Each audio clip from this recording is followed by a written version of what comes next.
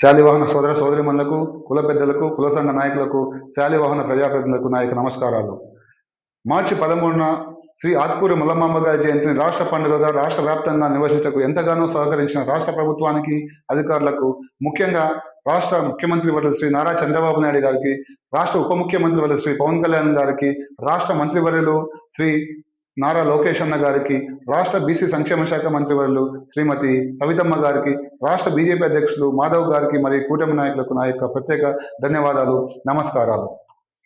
మల్లమాంబ జయంతిని మండల కేంద్రాల్లో, తాలూకా కేంద్రాల్లో, జిల్లా కేంద్రాల్లో స్థానిక నాయకులతో, అధికారులతో సమన్వయం చేసుకొని ఎంతో ఘనంగా నిర్వహించండి. మా కుల బంధువులకు, కుల పెద్దలకు నా యొక్క ప్రత్యేక శుభాభినందనలు, నమస్కారాలు. రాబోయే రోజుల్లో మల్లమాంబ గారి ఆశయాలు సాధించుకున్నటకు కుల ఐక్యతను చాటుతూ మరిన్ని కార్యక్రమాలు చేస్తారని ఆశిస్తూ మీ సుధాకర్ కుమల్లి, ఆంధ్రప్రదేశ్ రాష్ట్ర శాలివాహన కార్పొరేషన్ డైరెక్టర్.